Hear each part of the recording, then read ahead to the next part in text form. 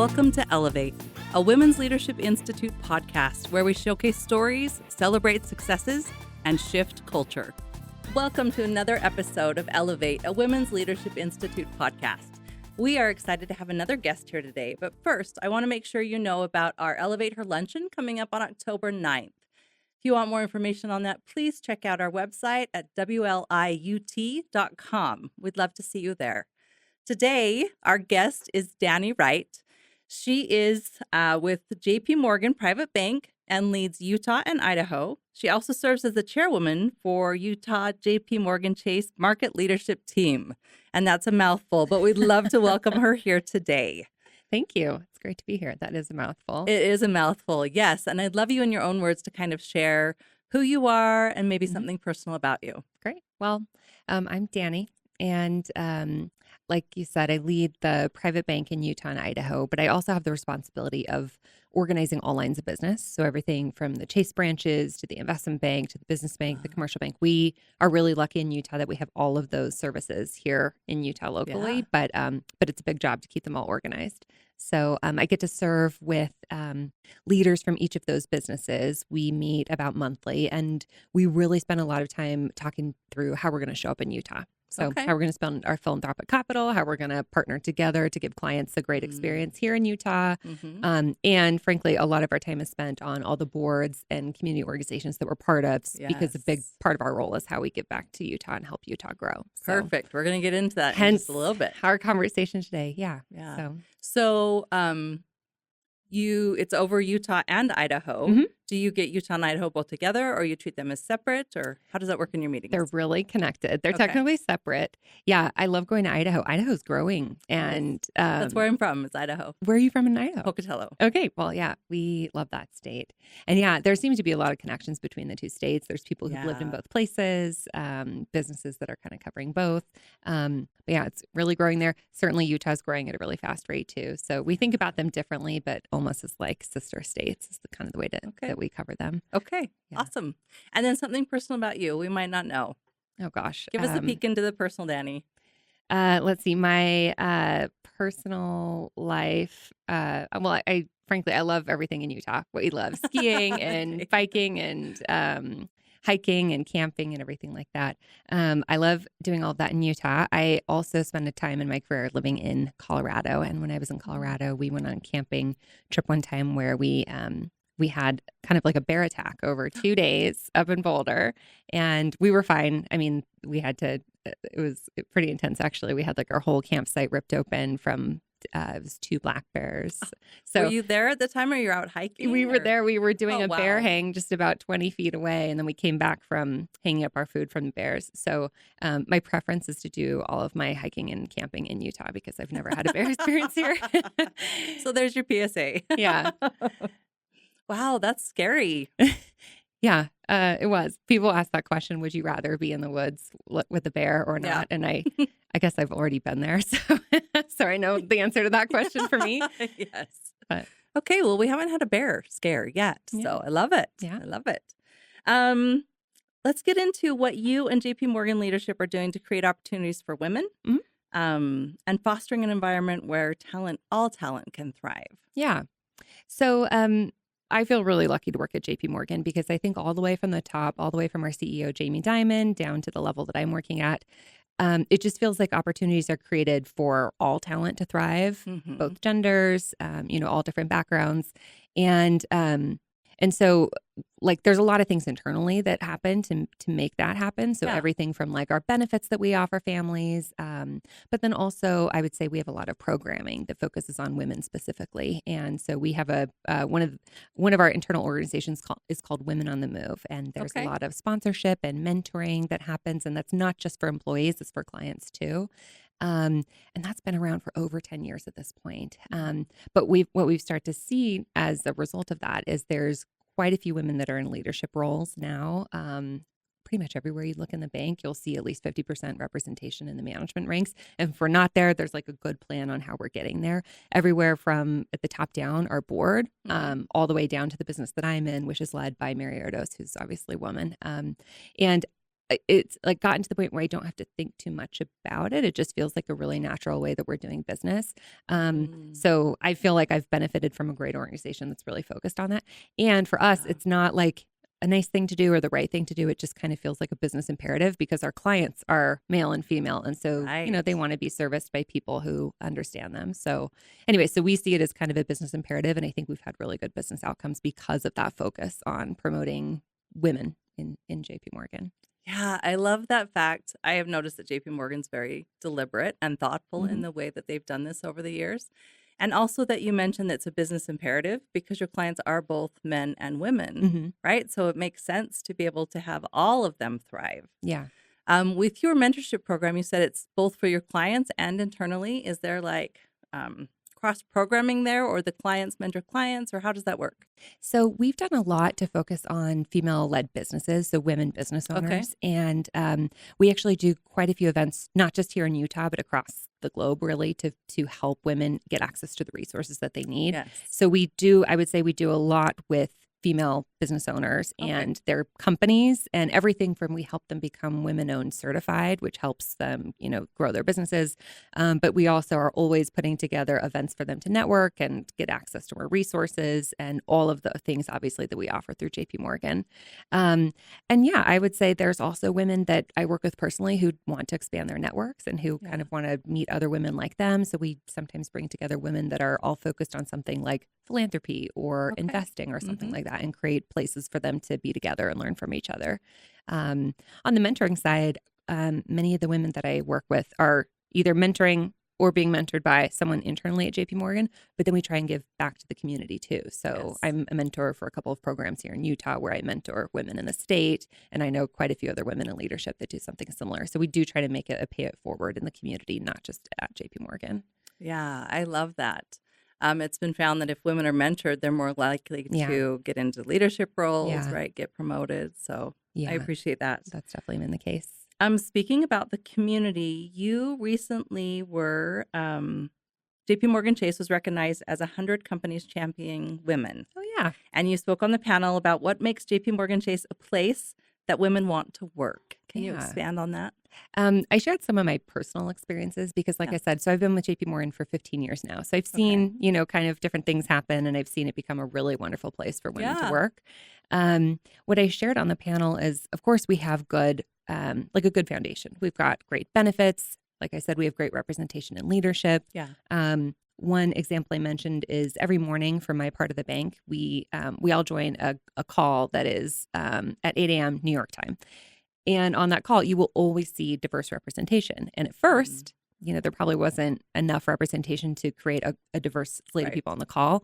But now it's like you don't even think about it. Like there's women leading businesses that are on the call, and it's where we talk about what's going on in the economy and the markets, and we kind Yeah. of get prepared for the day. So, so that's kind of been an evolution. That was an intentional decision, and now it's like second nature. You don't even think about it, but you see representation on those calls. One of the other examples I shared when we were on the panel is I think management is really receptive to feedback of women and really of everyone. If you can come up with a good idea of ways to help employees, management's pretty open to it. And so whether it's like, fixing a certain system or making a process easier kind of on the business side, or if you have an idea that could help, whether it's like family building benefits or things like that, I've found management to be really open to that. And so a lot of the benefits that we have now are because employees came together and said, hey, this is something we've looked into that we think could benefit us and hopefully, improve retention and help families. So anyways, I think the feedback loop is really alive and well. And that's something that gives me like really strong feelings about where JP Morgan will go in the future, because I think we're going to continue to listen to our employees and our clients Adaptable. and adapt over time. Yeah. I love that you mentioned the feedback loop because so often when companies are working towards this, there isn't a good feedback loop up to management, up to people who can actually make the changes. So is that a formalized process in JP Morgan, or what does that look like for companies who would like to institute that but might not have it right now? We do it formally and informally. Okay. So we had Jamie Dimon here in market probably 6 months ago. And one thing he always tells us is if you're in management, you have to get out there on the road and listen to your employees. Sure. So I think there's like informal ways where management's just out there trying to listen to employees and hear best practices or things that they need or things they need fixed. But then also we do internal employee opinion surveys where you can formally, submit your feedback upwards. And then each line of business kind of has a different way of doing that. In the private bank where I work on a daily basis, they have like a specific place where you can send feedback and someone gets back to you and they actually review it with the CEO. You're like, it didn't go into the void. Didn't go into the ether. Yeah. And I think it is a lot of time and effort from the CEO to kind of take the time to review all of those and understand, what makes sense and what doesn't. And even if it's not a, yes, we're going to implement this, it is at least a, hey, we want to understand it more and understand where you're coming from and see if it's a solution that would make sense. So, so I think the feedback loop works. And I think it's important for all companies to have some kind of a feedback loop because chances are your employees are going to be the first ones that come across an issue or a problem. And if they can come up with a solution too, like that's even better for you to know as a CEO. Absolutely. One less problem you have to solve. Yeah. Even as simple as we've heard the story of a CEO sitting down with his female employees who just learned that there was no lock on the women's bathroom. Oh.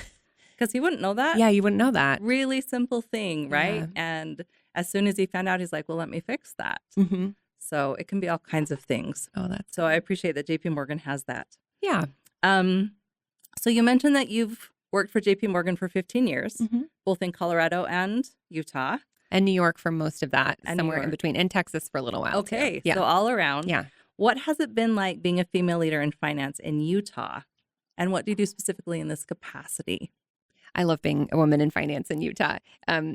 I'm finding more of us. I actually love all the women that I've met here in the state of Utah. Some of the big banks here have women that are in really formal leadership positions, and we kind of get together on certain things and work together. I think there's a ton of opportunity in Utah. So even from just like a business mindset, moving back from New York to Utah was a no-brainer for me because I saw the growth here. I knew the community, and I kind of wanted to bring like everything I've learned for 15 years and bring it here locally. So that's been a real adventure. And I really enjoy working with, business owners, people that are coming into wealth for the first time and need advice. And I can bring like my institutional knowledge from this huge organization and apply it locally. So I love that. Being a woman here, everyone knows the stats. Like we all know, the studies that have been done. We have some work to do. We do have some data and some things to do better, which is why I like being part of the Women's Leadership Institute. I will tell you personally, my own experience has been a really amazing one. I was like 22 years old, starting a career on Wall Street. I had so many great mentors, sponsors, both genders that really helped me and allowed me to like stretch myself, to try new projects, to like fail in some cases and learn from it, to be brought to tables where decisions were being made and to allow me to speak up and share my opinion. And so I'm a strong believer in paying it forward. And also I know that worked for me. So I do try to create a team environment where that's possible here. And I'm very outspoken about the allies that we need as women. We cannot do it just by women trying to help women. Like there's not enough of us, especially in finance. And so I have found so many men to be incredibly helpful and supportive and wanting to understand the unique issues that we face here in Utah and broadly. And so I think anytime you can partner with someone who's like that, I think it's going to be, I think that is the way forward. And what I love about the Women's Leadership Institute is that is how we really think about it is we're trying to solve some of these data issues by collaborating with men and women that have influence and have power and have the ability to help change these things. Yes, so that's absolutely been important. I love that you mentioned early on in your career you had both men and women who allowed you to practice leadership, right? To be in the rooms, to hear the conversations, and that is something I feel like Utah is getting better and better at. With their women, and it's showing up in those pipelines for women. So I love that you had that. And as we have people on, that seems to be a pretty common theme for people who've done really well as they have those allies early on. Yeah. And one point I'll mention there, like the difference between mentorship and sponsorship is a big difference. Yes, please. So I think it's important to have mentors informally, formally. I think it's important for you to mentor people informally, formally, but also finding sponsors, people who are willing to put their neck out for you and are willing to pull you up with them, give you real opportunities. I think that's the piece that sometimes we overlook if we're just focusing on mentors. And so really what that means is finding people that have influence and power and can make decisions that are willing to take, to get to know you and understand what you're capable of and put you in positions where you can really grow. So I call that out because sometimes I think people think they're the same thing and they're really different. Agreed. And both are really important. Agreed. They are used interchangeably often, but they are very different. Yeah. Thank you for clarifying. It's interesting that you mentioned that more women will come into wealth over the next 10 years than ever before. Why is that? And what are you doing about it? So it's a cool phenomena. I'm excited about it. And so I talked about earlier how like we have a pretty diverse workforce because we reflect the clients that we support. Right. In the private bank, we do wealth management. So we focus on, wealthy individuals and families, endowments, foundations, nonprofits, people who have like real wealth management needs. So I would say broadly in the next 10 years, it's a bunch of things. It's inheritance, certainly. It's more women entering the workforce. It's more women with higher education and degrees that's helping them gain more earning power. More women are becoming entrepreneurs and growing successful businesses. Yes. I could go on and on and on. But there's many reasons that impact this number or the number of the dollar value of wealth that is going to be transferred into the hands of women. The reason why it's so cool and why it's so important is because women make different decisions about money. Yeah, that is exactly where I was going. Yeah. And so you have to kind of understand it, especially being a wealth manager or someone that's in that space, you have to really understand it to get in front of that need. So what we've been focused on, at least at JPMorgan and certainly here in Utah, is bringing women into the conversation early on. Even if they, are maybe in a relationship where their spouse has made the decisions in the past, I want them to come in because should that spouse pass away, they're going to be in the driver's seat. And so they need to kind of... So many women are like, I don't know. Yeah, and it's hard to start if you haven't been included. And I think a lot of that is kind of lowering the barriers of entry and making it a comfortable conversation. Because I think sometimes in finance, we get excited about all of our acronyms and, we want to go really deep on all the knowledge that we have. It can be intimidating if you haven't been in the conversation before, and it doesn't need to be. So I think just kind of having a more approachable dialogue, I think is the way to do it. So we're really intentional about bringing women to the table anytime that we can. And certainly for our women business owners, we're trying to connect them with the right resources to help them succeed. We've got like I said, we've got a bunch of different lines at JPMorgan. So we've got the private bank, which I'm in, but we have the business bank, we have the commercial bank. Yeah. And there's so many resources that we have internally to help women succeed in their businesses. So that's another aspect that we focus on. But yeah, in general, I would just say every day I'm thinking about ways to include women in the conversation, because as we know, this wealth transfer is happening. We have to start now so that we're part of the discussion, so that we're helping these women for the wealth they'll come into in the future. And I think it's kind of exciting to see what women will do with all, the wealth that they'll come into. And I think it's a great thing for the economy. I think it's a great thing for families. And so I think it's all positive. And I think the other thing to just be aware of, it's an interesting stat, but it's just something to kind of put this into perspective.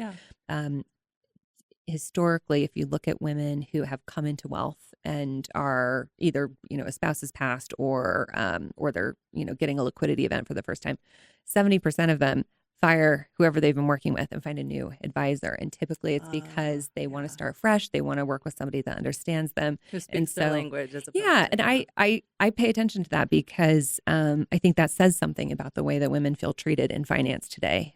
So it's just something to kind of be aware of and make sure that we're, not unintentionally, keeping them away from the really important discussion at the table. That is a really interesting point.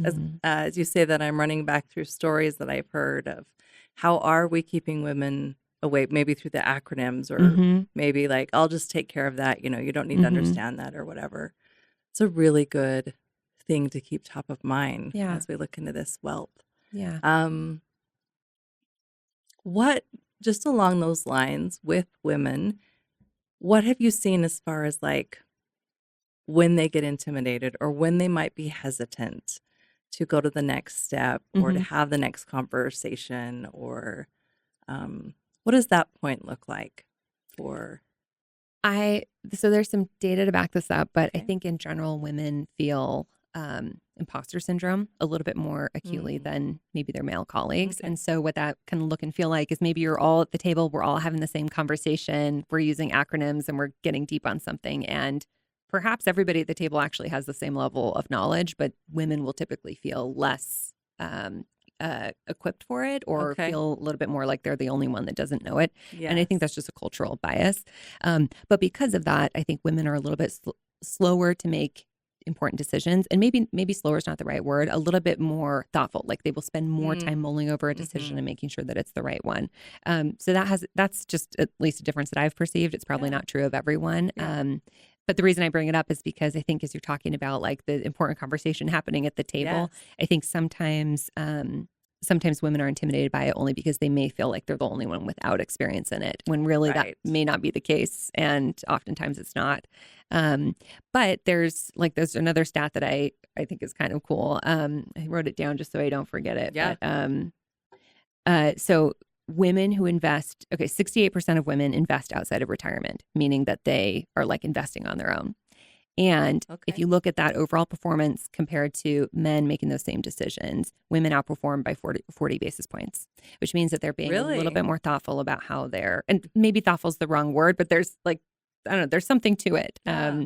So anyway, so we've done a lot of research on that and why that might be, and how to engage with women. And I'd love to see a world where there's like, no difference, but the reality is we live in a culture that kind of shapes the way that we think. And so we have to kind of be mindful of how we approach that conversation. But I will tell you, the women who I work with that are making investment decisions, or the women that I work with that are running companies, these are smart women. These are women who Sure. know their stuff, and oftentimes have had to know, or have had to like prove themselves against a Yes. male society. And so oftentimes they will know a little bit more, or they will spend more time on something, or do a little more research. And so I actually think that's been a really great thing for many of these women that are succeeding in their lives. But yeah, I think that's kind of fueled by just the culture that we live in, and the reality that women face as they try to, get more involved and come into the ranks. Yeah. Thank you for explaining that.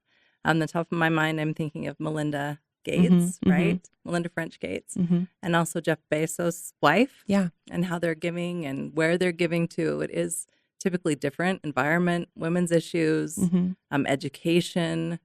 Those are some things that often women focus on. I know that we've done some studies around that as well. Yeah, that's true. Okay, so you and your team, you've touched on this a little bit, but you and your team serve on many Utah-based boards. Yeah, we do. Your philanthropy to promote business development in our state, WI, of course, being one of them. Can you share about your focus on underrepresented communities and what you're doing there? Yes. So, as I said earlier, like a big part of my role is how do we show up in our community? How do we show up in Utah? How are we going to grow Utah? And we just celebrated being in Utah for 100 years, which I think is like a little known fact. Yeah. So we started out as American Savings and Loan in 1923 and have grown and evolved and merged since then. 1923. Isn't that wild? Okay, it is. Yeah. So we've been here for a long time, and I don't think we've necessarily been great about telling our story the whole time, but we're telling our story now. And the way that we think about it as business leaders is we certainly need to give back to the community financially. So we have like our philanthropic dollars, and we are very strategic about where we spend those dollars, because we do like to ensure that it's going to be sustainable, that it's money that is going to be able to fuel growth in a certain way. Absolutely. So we're deliberate about that. But the other thing we have is we have all these really capable employees who are smart, have time, want to help their communities. And so the way that we kind of organize ourselves is across different boards, committees, chambers, things that we're involved in. I think at one point we counted, and there's like 70 different organizations where we're like actively involved, giving our time. There's multiple people who are part of the board, or subcommittees and things like that. And when we focus on those, we focus on obviously like the chambers, a lot of organizations like Women's Leadership Institute. But we also focus on who are the underrepresented communities that need attention. And so like the Swazo Business Center is one that we've focused on. And we actually helped them with their application to become a CDFI. And that's important because— Now, explain that acronym for those who don't know. Community Development Financial, what's the I? I don't know. Institution, maybe. Okay. But really what it means is JPMorgan Chase, we can make a lot of loans to businesses across the board. Sometimes there's like a part of the market that we can't really access because either those companies aren't yet bankable or they just don't fit our model. Like we understand we're a big institution and we have some boxes to fill. And so what we like to do is partner with CDFIs who can actually go further and help that part of the community get access to capital when they need it, become bankable over time. And so we intentionally invest in the organizations that are focused on that versus trying to build it ourselves. So that's one example. And that's wonderful for anyone that doesn't know what the SWASO Business Center is. You should go learn about them. But yeah, and I could go on and on and on about the other community organizations that we're supporting. And the intent is really a business one, like an economic one. Like we believe if certain parts of the economy succeed, we all succeed. Yes. And like I said, we can't give everywhere and we can't give our time to everything, but we do try to be intentional about the time that we're giving back. And so I love Utah, by the way. I have really loved my move back here. But I think for me, the best way to get to know Utah and to really understand the challenges that we're facing in Utah and also the opportunities is to get out there and like get your hands dirty, roll up your sleeves, like work on these different boards, volunteer efforts, anything you could do in the community.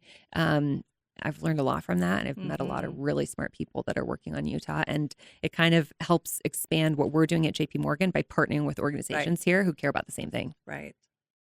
Yeah, it's interesting. We talked a little bit about male allies and how it takes all of us to move things forward. And I'm also thinking about money.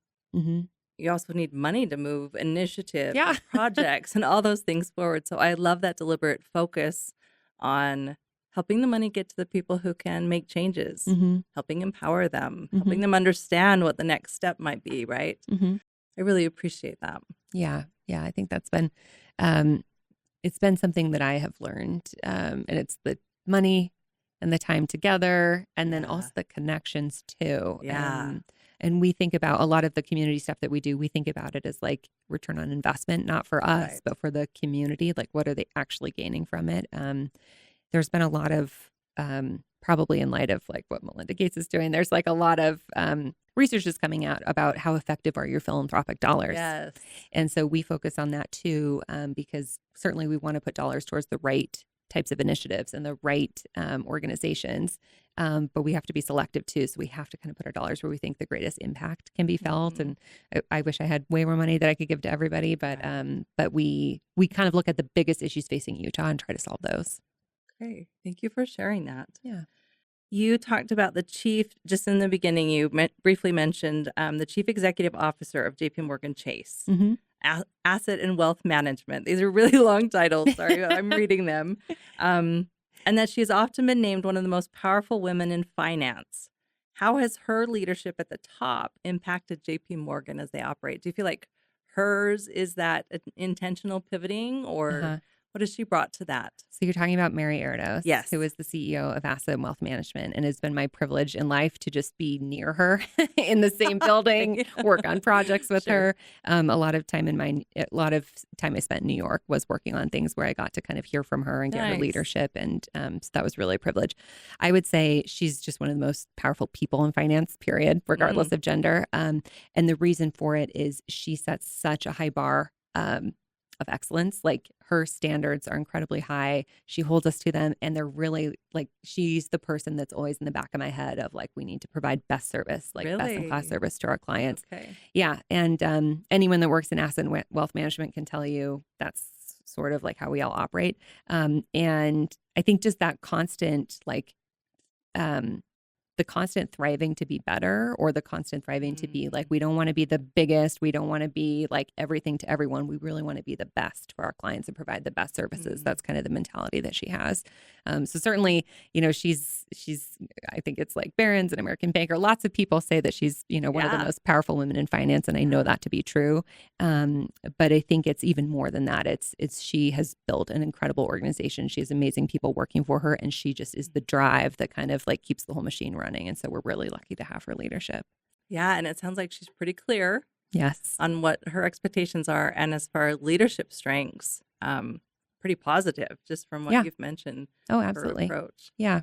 Yeah. I love that. I love always calling out women who are doing amazing things. Yeah. And by the way, we have a lot of really incredibly powerful women at JPMorgan Chase that I'm able to look up to, and kind of to what we were talking about earlier. I do think that matters. Like, I think so. it mattered to me when I wanted to work at this big organization. It mattered that, Mary was in a leadership role there, because if I see her doing that, I'm thinking I can do that, Right. or there's possibility for me to move up the ranks here.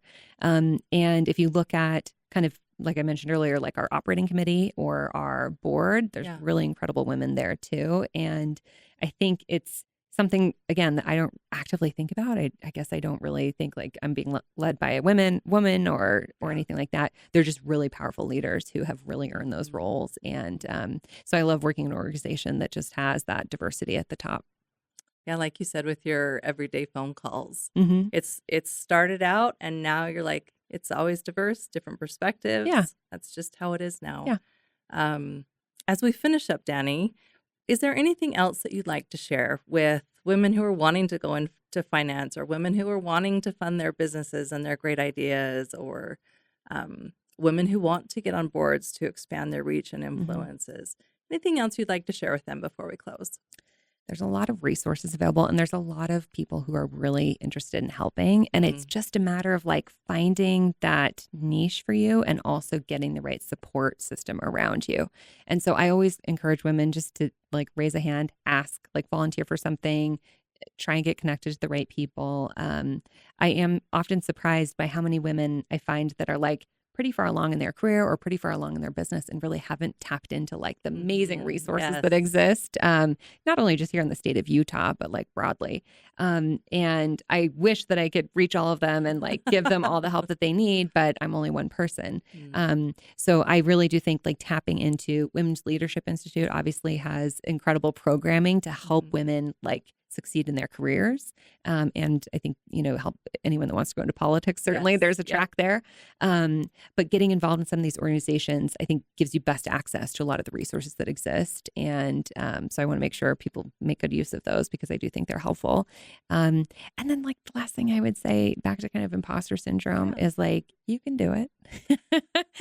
I mean, like I said, the women that I work with, like they're all incredibly capable, powerful women. And, maybe they didn't feel that way, but when they had the opportunity to sit in a leadership role, like they act that way. They know the right things to do. So anyways, I hope that more women get into leadership and have wonderful, amazing careers, get access to wealth, all the great things that we all hope for women. And I know we have a lot to change and a lot of work to do, but I think in the meantime, we have some great talent here in Utah. And so I'm hoping that more women succeed. Yeah, I love that idea of just like reaching out, trying, asking the questions, because there are resources available. Yeah. With JPMorgan Chase, is there like a website or somewhere that they can? I should have looked that up before I got here. I'm sure we do. We'll put it in the show notes. Yeah, we'll put them in the show notes. I think we have, like I said, Women on the Move is a great organization, has a lot of access to things. Yeah. But then also like just any touch point you have to JPMorgan Chase, if you're a woman who runs a business or just wants to get more involved, you can ask your banker. They will definitely put you in touch with resources. And certainly, we're not the only bank doing this. Like, there's so many organizations here in Utah that are focused on just helping women succeed in many different ways. And I'm really proud to be on the board of the Women's Leadership Institute, by the way. We love having you. Well, it's been a privilege, because there's so many people there that are really focused on promoting women within our state. Yes. And I just think it's an important thing to be part of, but I think the real reason it's important is because we all want to grow the state, and we know the financial impact of women who are succeeding in their companies, who are getting promoted, being put in leadership. We talked about something in our board meeting on Friday. It's a McKinsey study. It's not that old, but it just looks at when companies do the things that promote women and retain women, there's like a 25% increase in profitability, and that's because you retain talent. Decisions are made differently. So I do think there is a financial component of it that would be wise for companies to take a look at. But I say that only because this isn't something I'm just doing because I'm like altruistic and love women, although I do think it's important. But I think this is like one of the keys to success that'll help Utah grow to the next level. And so that's why I'm focused on it. I love that you brought that up, because that also came up in our retreat, right? Like, yes, we want this to be something that we do for the good of mankind, but also it really has impact. It has impact on your bottom line. It's a business imperative. You can grow the state through wealth management. So I think both of those together. So thank you for pointing that out. Absolutely. Okay, thank you, Danni. Appreciate it. Thanks for having me. This is a really wonderful conversation. Thank you.